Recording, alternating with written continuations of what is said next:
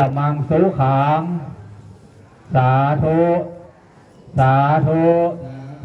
สาธุกับเกียมเข้าบาทไว้นะครับตอนนี้ลูกพระลูกเนนนะครับซึ่งรับบิณฑบาตจากพระเดชพระคุณหลวงพ่อพระธรรมเสนาบดีด้านบนก่อนนะครับ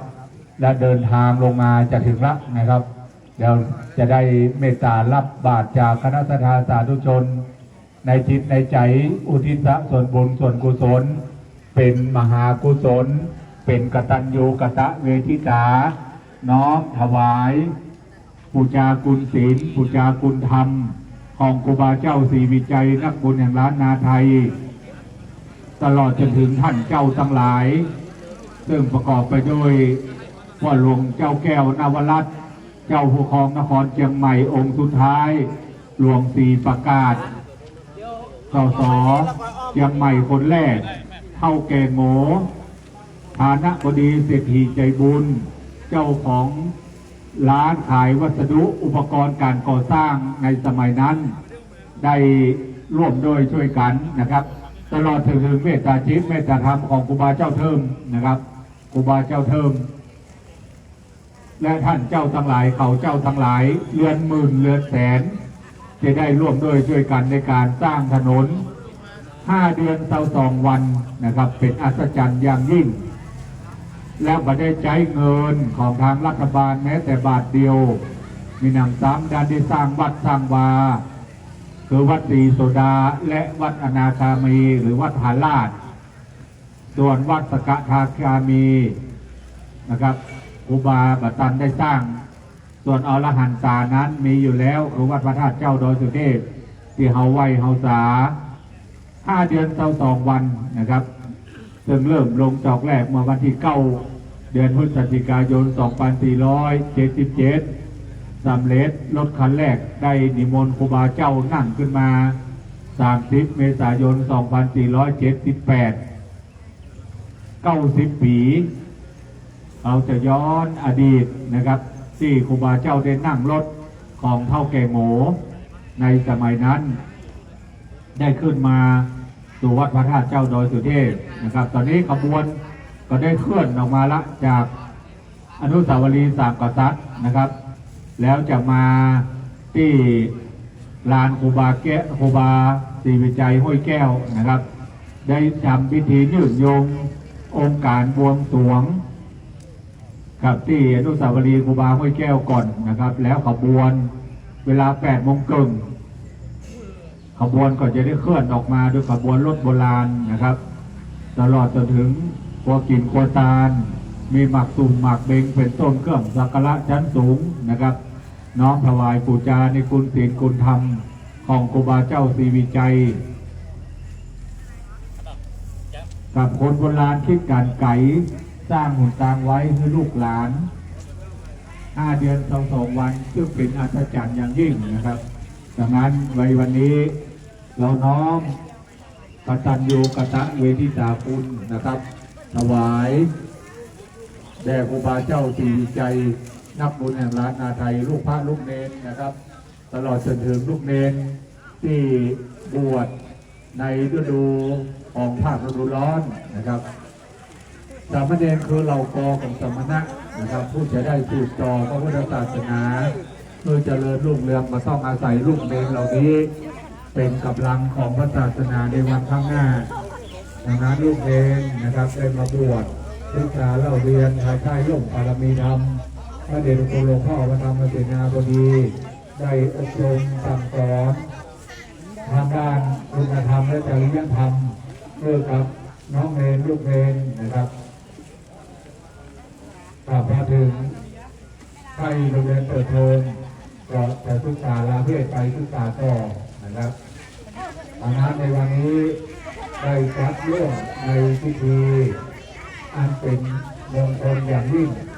กตัญญูกตเวทิตาคุณน้อมถวายแด่ครูบาเจ้าศรีวิจัยนักบุญแห่งล้านนาไทยเรานะครับโดยพี่น้องคณะสัตยาที่ตลอดจนถึงนักท่องเที่ยวนะครับที่ท่านได้เห็นในขณะนี้พิธีอันเป็นมงคลซึ่งเริ่มมาตั้งแต่ภาค19 นาฬิกาของวันวานนะครับ ซึ่งมาถึงจบวันนี้ในค่ำคืนที่ผ่านมามีการเทศนาธรรมเข้าโหกเข้ากันด้วยกันนะครับ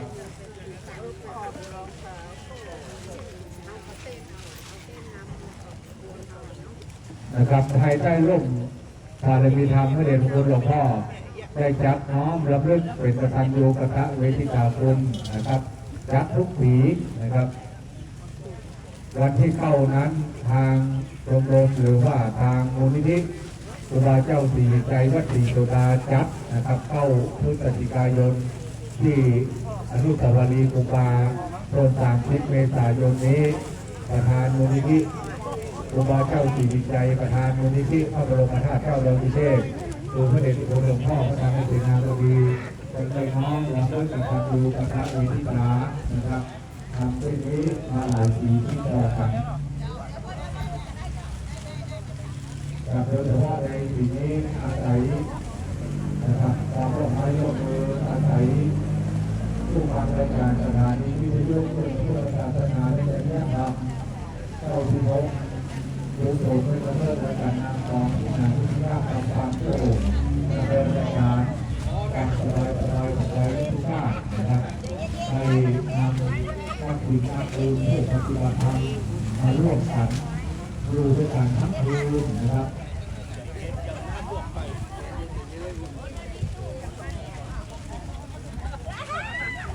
ลูกค้าลูกเองคนใดลูกใด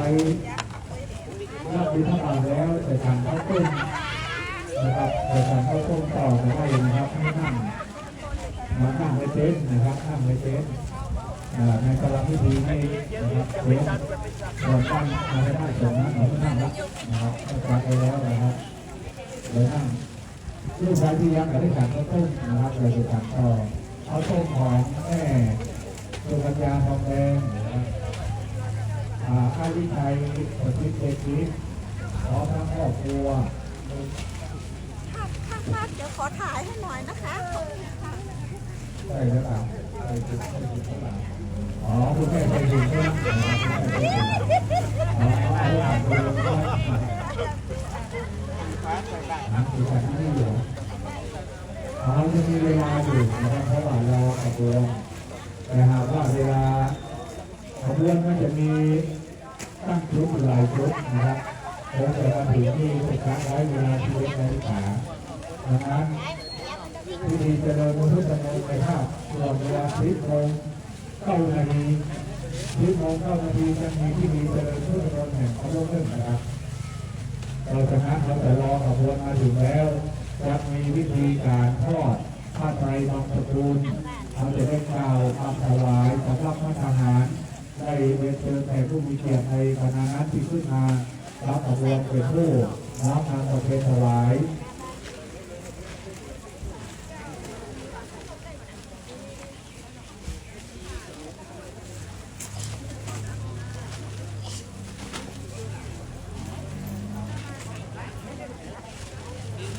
แต่ทุกท่านทุกมือที่อยากประกาศรับประทานข้าวต้มเหตุการณ์ที่ประดับพิธีนี้ก็ได้อยู่นะครับ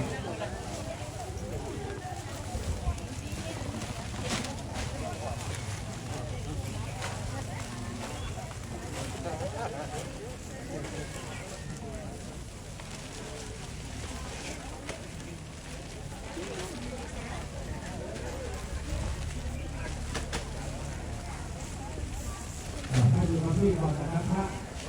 ถ้าที่รับบิณฑบาตแล้วที่นอนยืนทุกคนนะครับเสร็จแล้วไม่ได้ยืนเรียงขันทุกคนรับให้ประทานก่อนโดยครับที่ไปนะครับ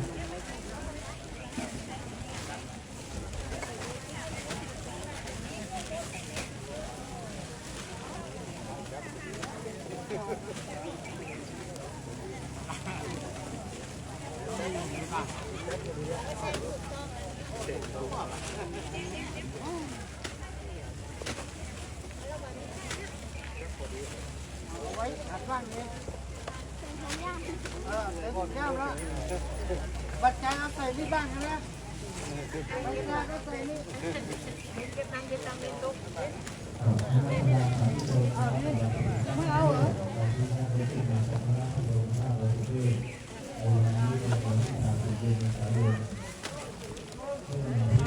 เ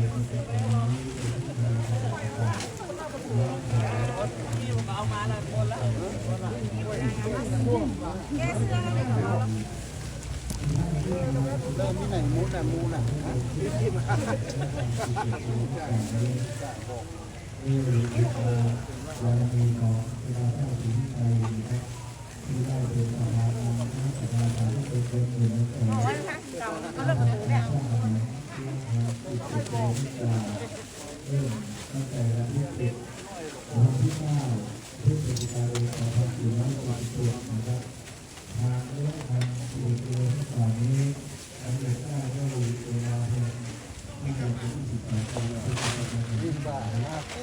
มาบ้านท่าน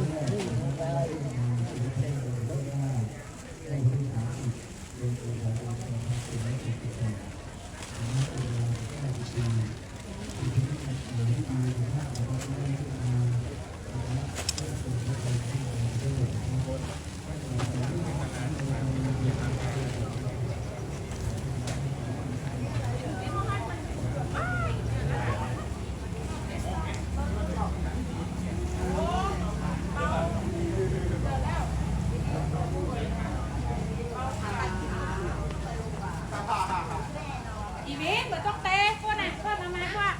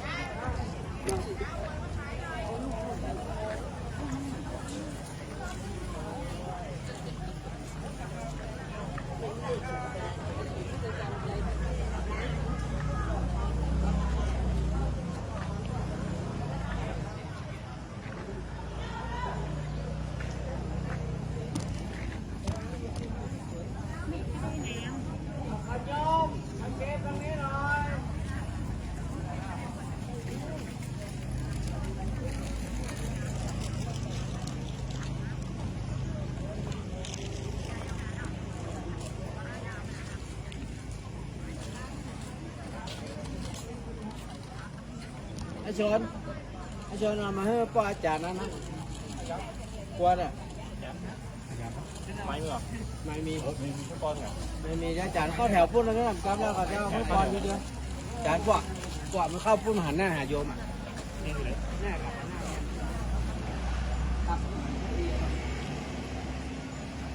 โค้งอาจารย์ครับโค้งเนี้ยหันหน้าหาโยมเนี้ยจะได้ให้ป้อนทีเดียว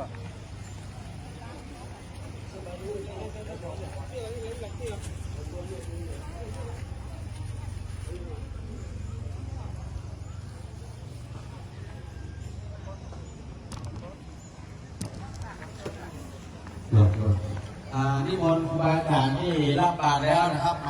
มาเรียงแถวทางหน้านี่นะครับเหมือนทุกทีเนาะโค้งนี้นะครับหันหน้ามาทางโยมนี่แหละเดี๋ยวจะได้ปัดปอนทีเดียวยืนเนี่ยพระครูมันเฮ้ยพระครูมานี้มาตอบให้โค้งเนี่ยโค้งเรด้าเนี่ยเดี๋ยวจะได้ให้พรญาติโยมทีเดียวเอาดังๆอ่ะนิมนต์เข้าแถวนิมนต์เข้าแถวครับผม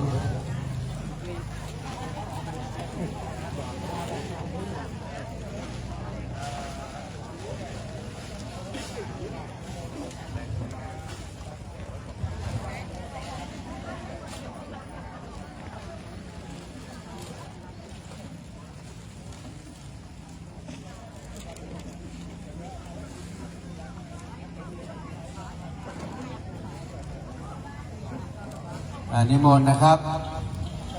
เดี๋ยวญาติโยมก็เตรียมน้ำหยาดนะ เดี๋ยวพระเปิดให้พรแล้วก็หยาดน้ำทีเดียวนะครับ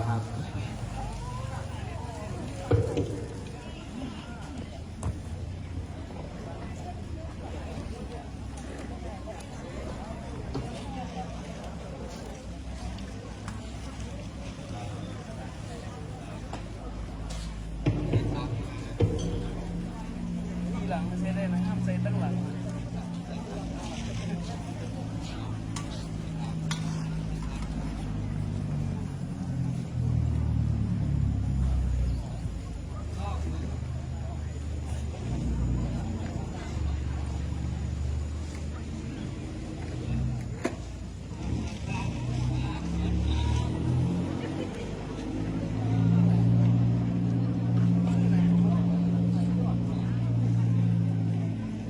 ตอนนี้นี่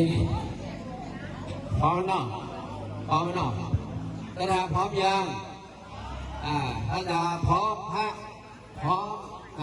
จะได้พรทีเดียวนะ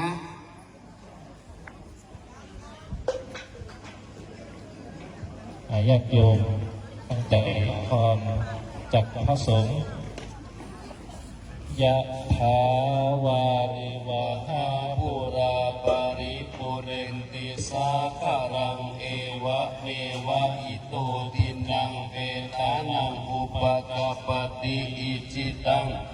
ตั้งตุมังคิปะเมวะสมิสสตุสัพเพปุเรนตุสังฆปาจันโทปนาลโสยะธามณิโชติระโสยะธาสัพพิติโยวิวัชชันตุสัพพะโรโควินาศตุมาเตภวัตวันตรายโยสุขีทีขายุโกภวะอภิวาทันอิเลสานิจังวุธาปัจจา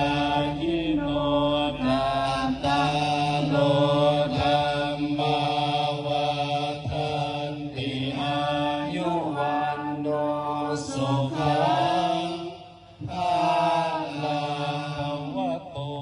สัพพมังคลังรักขันตุสัพพะเทวตาสัมภปุณธานุภาเวนัสสทธาโสติ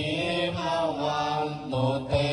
ภวตุสัพพมังคลังรักขันตุสัพพะเทวตาสัพพะธัมมานุภาเวนัสสทธาโสติภวันตุเตภวตุสัพพมังคลังรักขันตุสัพพะเทวตาสัพพะสังฆานุภา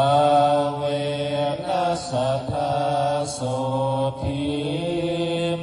ภาวันตุเต สาธุสาธุสาธุกับมหาบุญอันยิ่งใหญ่นะครับที่คณะสัตยาสาธุชนเราท่านทั้งหลายได้ประพฤติปฏิบัติมาตั้งแต่ตะวาตั้งเตือนตะวาที่ผ่านมาจนถึงปัจจุบันนี้น้อมถวายเป็นกตัญญูกตเวทิตาคุณนะครับแด่พระบาทเจ้าศรีวิจัยนักบุญแห่งล้านนาไทยซึ่งพระสงฆ์สามเณรลูกพระลูกเนรได้เมตตารับบิณฑบาตนะครับ จากคณะสัตยาสาธุชนเรานะครับกับท่านใด สั่นเดี๋ยวจะเอาข้าวต้มนั่งดูไม่หรอก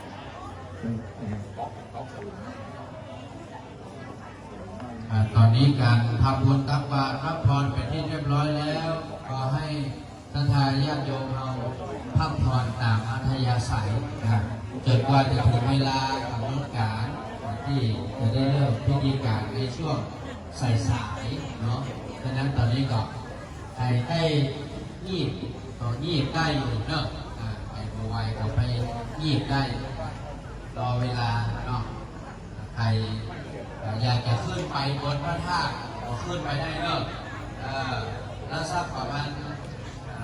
สัก9 โมงปลายก็ได้เนาะ9 โมงปลายน้อยจะลงมาเนอะขึ้นไปไหว้พระธาตุไปอย่างข้างบนก็ได้ขึ้นไปหมดเอาควัน